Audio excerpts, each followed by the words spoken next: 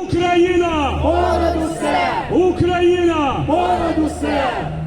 Найкращим захисникам і захисницям тричі слава! Слава! Слава!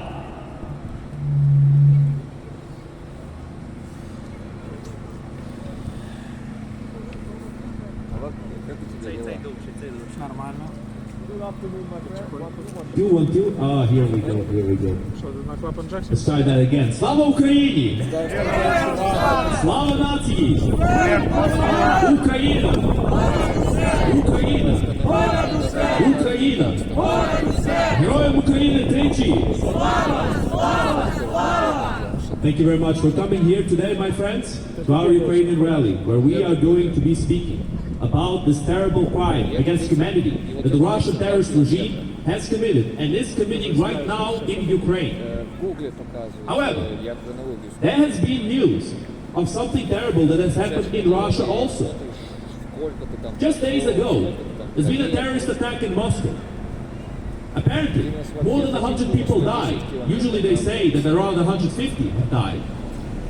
And the blame was taken and admitted to by the ISIS-K terrorist group.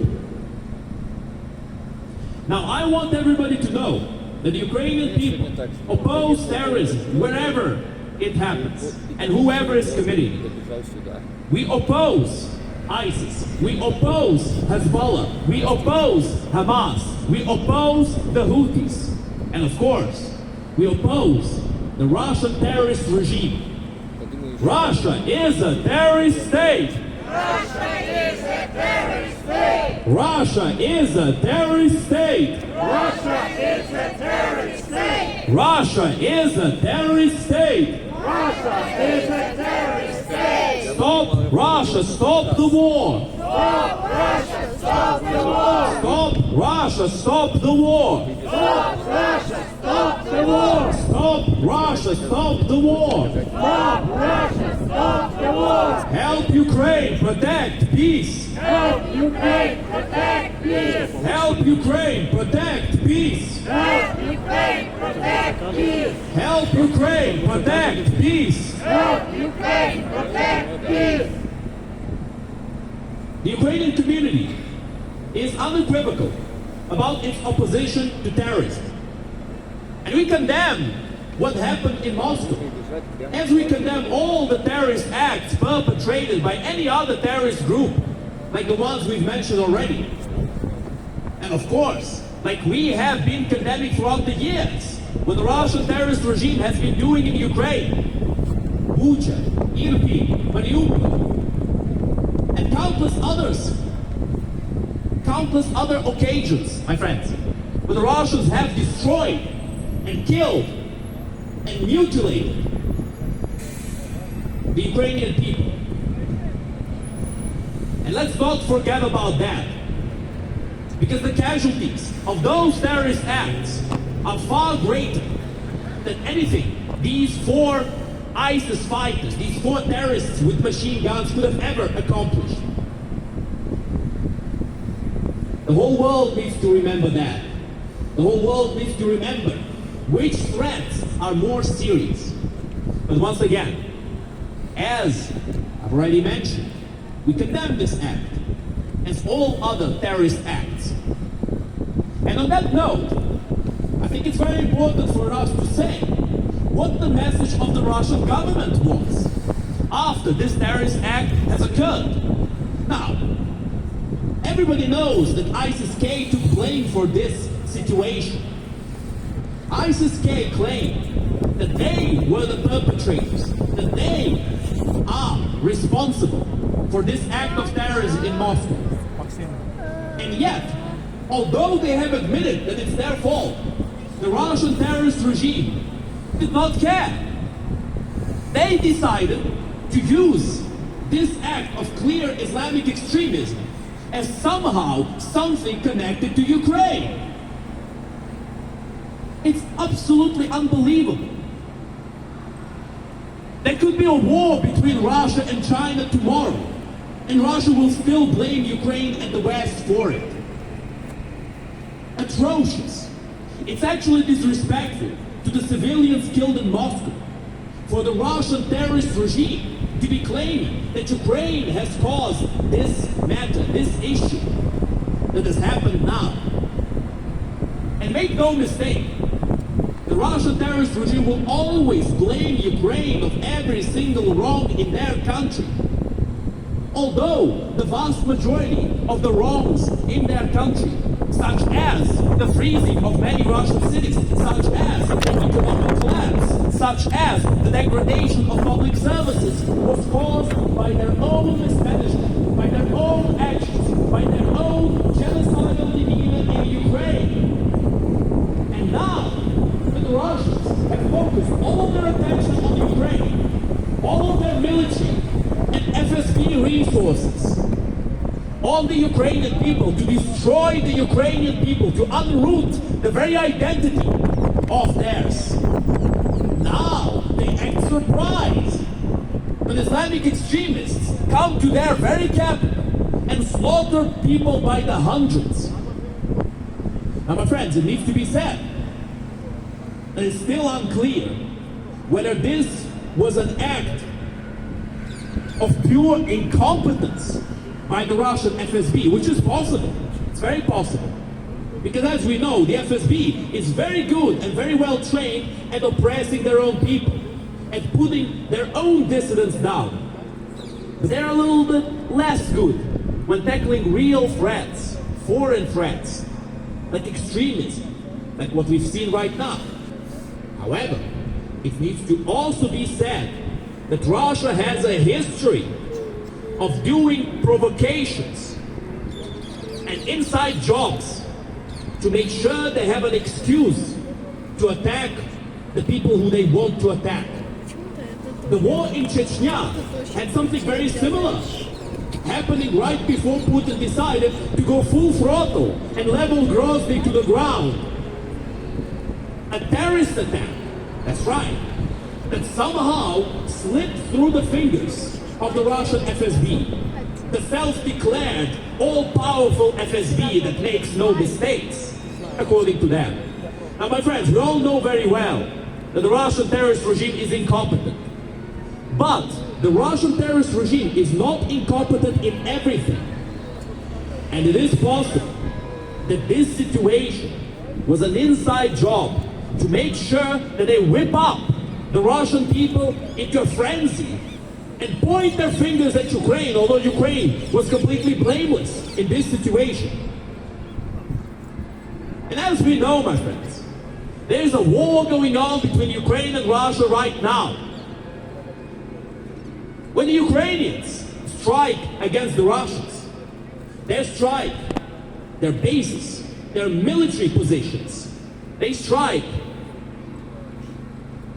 at their depots, where they keep their shells, at the trucks that bring fuel to their tanks. They strike at the Russian logistics. They strike at the Russian oil refineries. They strike at the Russian gas stations. But they do not strike against civilians. And that is something that the Russian terrorist regime never shied away from. They always go specifically for civilian targets. They've always done so. It is part of their military doctrine to go for civilian targets. That is how the Russian terrorist regime works. Their military doctrine claims that if they sow enough fear and destruction and genocide among the people of their enemies, of the enemy states, usually the states that they attack and they try to oppress, then all the better. The more people they kill, the better. They feel like they will break the nations that they fight against. They feel that they will spread fear throughout the Ukrainian people and break them. But they are wrong. They have been proven wrong throughout this war. And the only thing this does is to show the whole world once again that Russia cannot be trusted. An analogy can be made between this current situation with the recent terrorist attack in Moscow and the real world. And the analogy is as follows.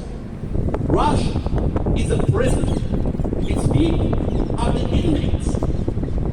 And the FSB and the Russian military are the wardens. Now, some of the prisoners fully support the jail that they are in. They fully support them just for the crumbs they get from the wardens. They fully support them just to be slightly superior to the other inmates.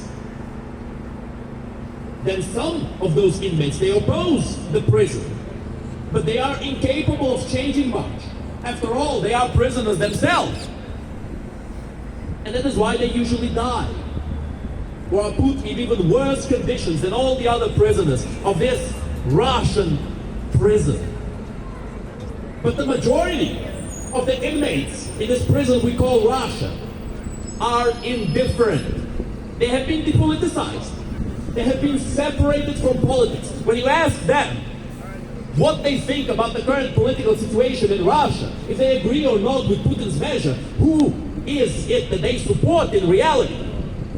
They answer the classic reply, I'm not a politician. It's classic, truly. It's not an easy reply to give. It's easy to be a slave. It's easy to be incapable. To give up all of the power over your own existence. It's easy. But is it a good quality of life?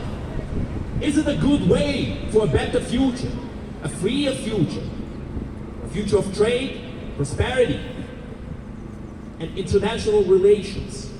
A future of nuclear demilitarization and not nuclear genocide? Like the nuclear genocide that the Russian terrorist regime has been threatening every single time things do not go as they want. We can't say for sure what exactly happened in this recent terrorist attack in Moscow.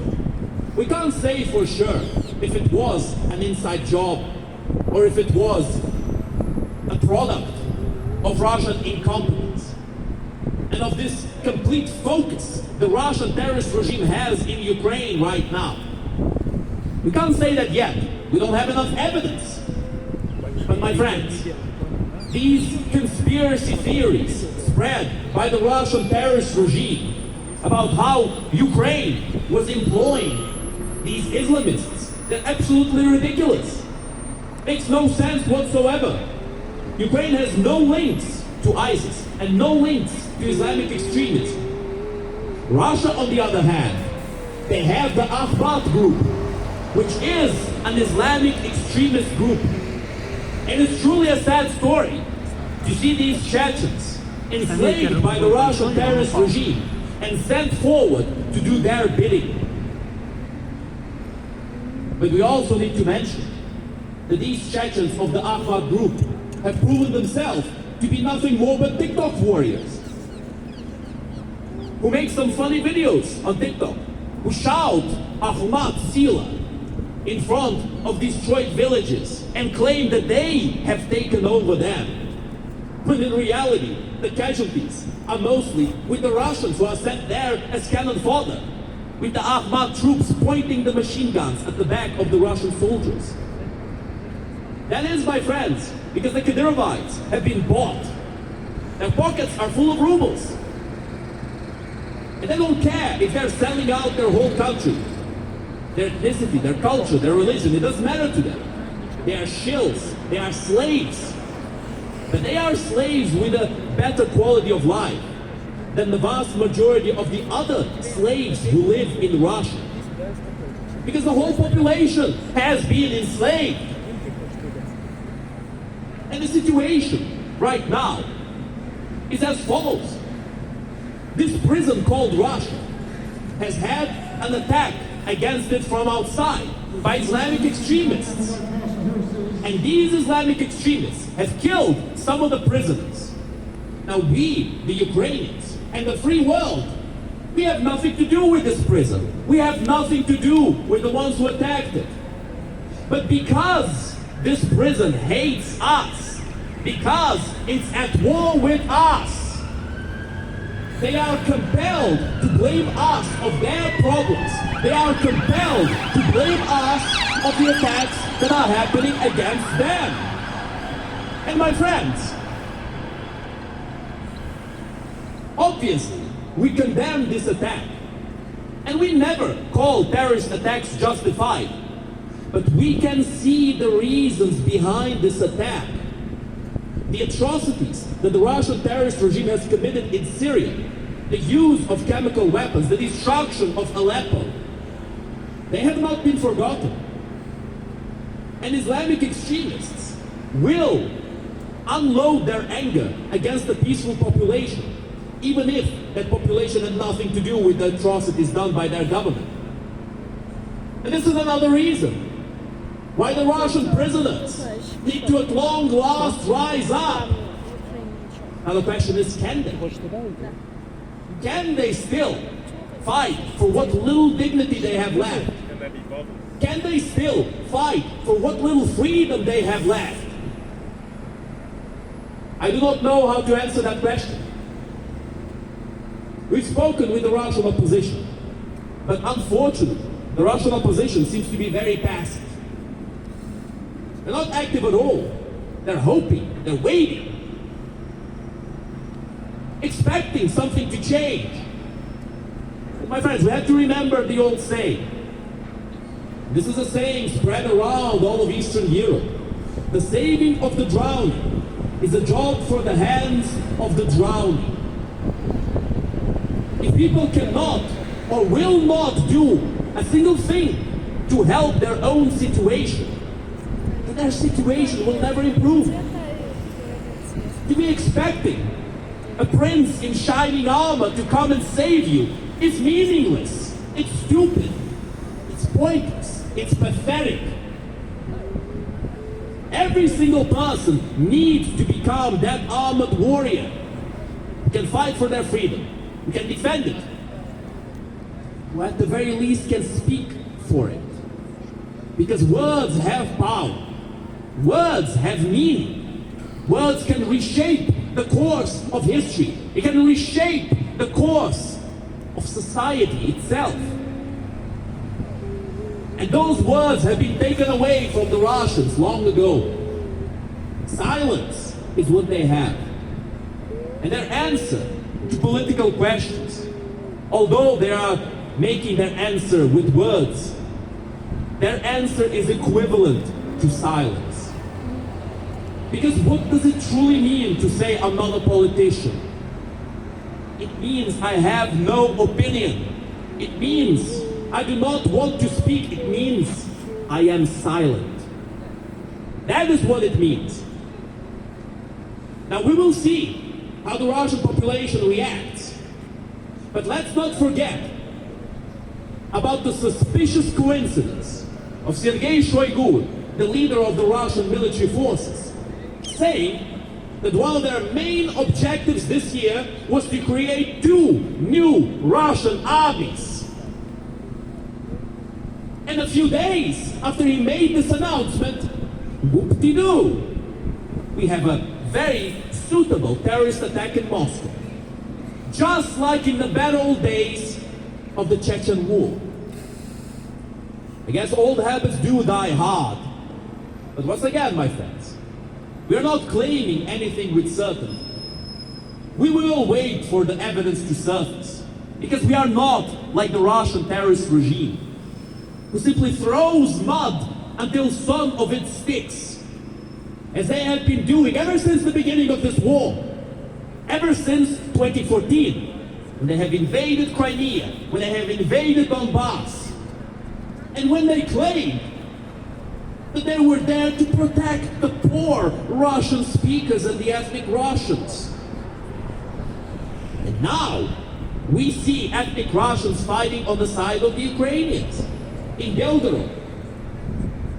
So what happened to those people? Are they just confused perhaps? But truly, the best part about all of these nonsensical claims of Putin is that he himself had claimed that the Russian and the Ukrainian people are the same. Now this is the stupidity that he is preaching. He is completely wrong in saying that they are the same people. They're not. They have clear differences. But if we imagine that they were the same, then it would make other claims of Putin nonsensical. Because if Ukrainians and Russians are the same ethnicity, then how is he going to Ukraine to protect ethnic Russians? They're all ethnic Russians according to him.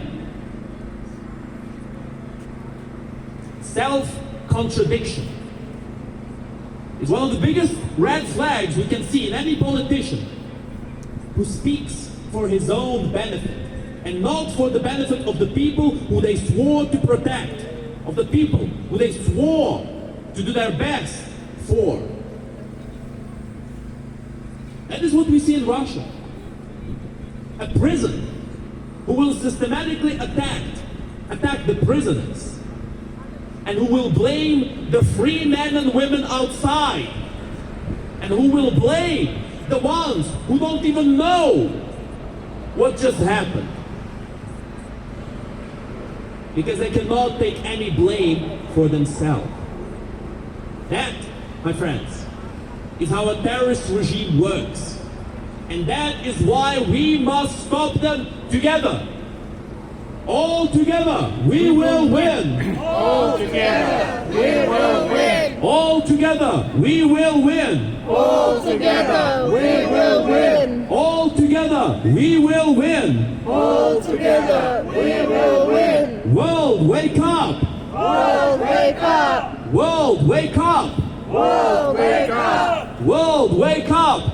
World, wake up! Stop Russia, stop the war! Stop Russia, stop the war! Stop Russia, stop the war! Stop Russia, stop the war! Stop Russia, stop the war! Stop Russia, stop the war! A little change of topics, my friends.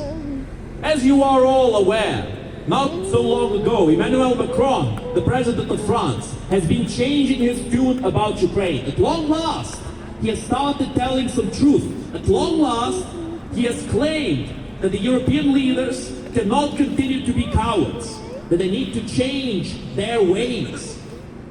Because a loss in Ukraine will be crippling for the entire European community, and in fact, for the whole world and for its future. Those are wise words. We only wish that they had come sooner. But alas, beggars can't be choosers. And in this regard, although France has made pledges in the past, we are grateful for them to keep their pledges now at least. So for that, we say thank you. And something very interesting happened after Macron started speaking some legitimate truth. Marine Le Pen, the famous opposition to the Russian government and a famous Russophile who has always been speaking against Ukraine in the past, apparently she felt her base of power more shaken. And she has started changing her tune a little bit. That, my friends, is what we call a paradigm shift. When the common opinion changes and shifts to one side of the spectrum, then the other opinions will inevitably follow, at least to one extent or another. This is what happened. Because in France now, the opinion of helping Ukraine enough for a victory, for as long as it takes to achieve it, has become more normal. Marine Le Pen has felt her hold on power weaken, and she has felt that perhaps she needs to be a little bit more pro-Ukraine now too. Now let's not be fooled by this fake support. Macron was never pro-Russian. He was just on the fence. So his change of tune is believable. Marine Le Pen was completely pro-Russian. And she is still completely pro-Russian. And any people who understand how important it is to help Ukraine win this war need to understand that, so that they are not fooled by this temporary shift of opinions by Marine Le Pen. So that they understand that she is the same as any other Russophile politician, like Orban, like Fico, and many others, like Mike Johnson, your favorite, Tommy. like Mike Johnson. And of course, my friends. Galloway. Oh, of course, how could I forget? Like George Galloway. Jeremy Corbyn, thank you. Jeremy Corbyn. Those two go hand to hand, so I feel like when I'm mentioning one of them, I'm mentioning both, honestly. They're almost like twin brothers. They're almost like twin brothers these days. Jeremy Corbyn and George Galloway. Absolute scumbags, traitors to this country. And they will continue to do their best to destabilize this country from within.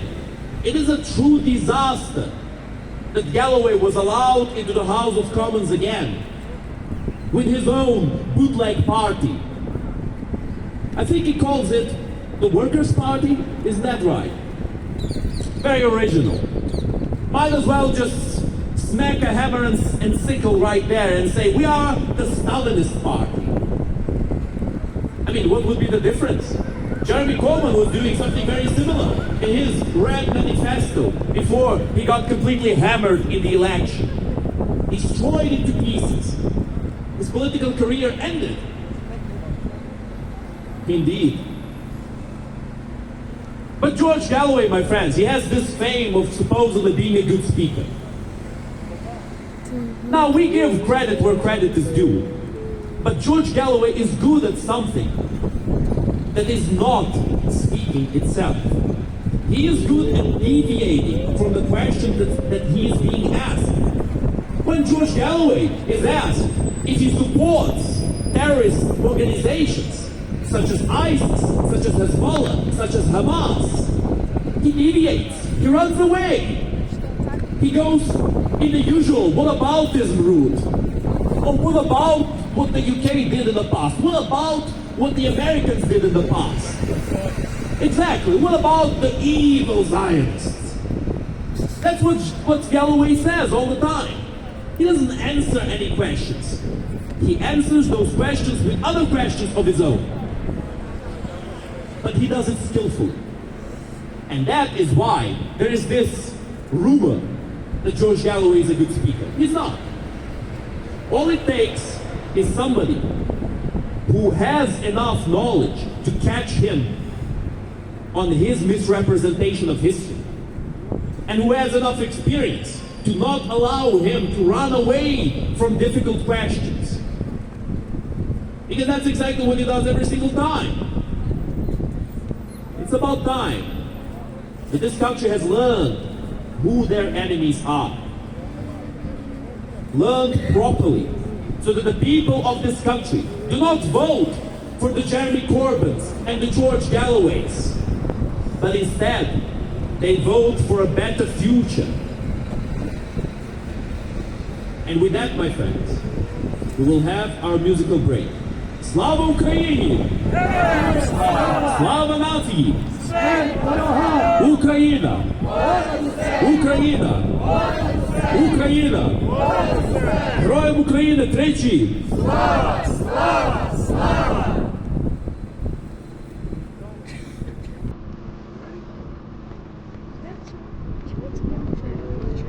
Начальника music break закончится.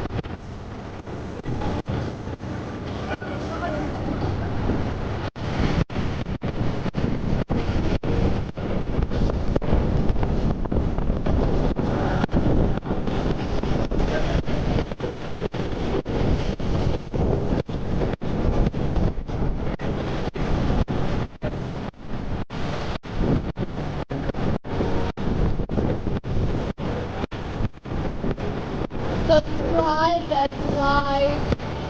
I would part on this.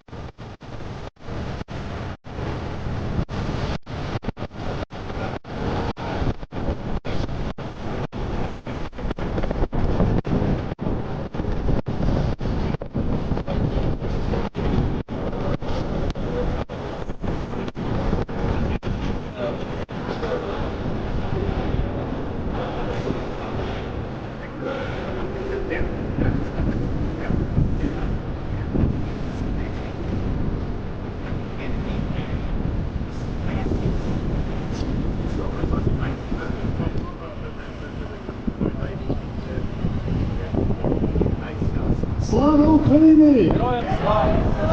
Слава нації! Україна!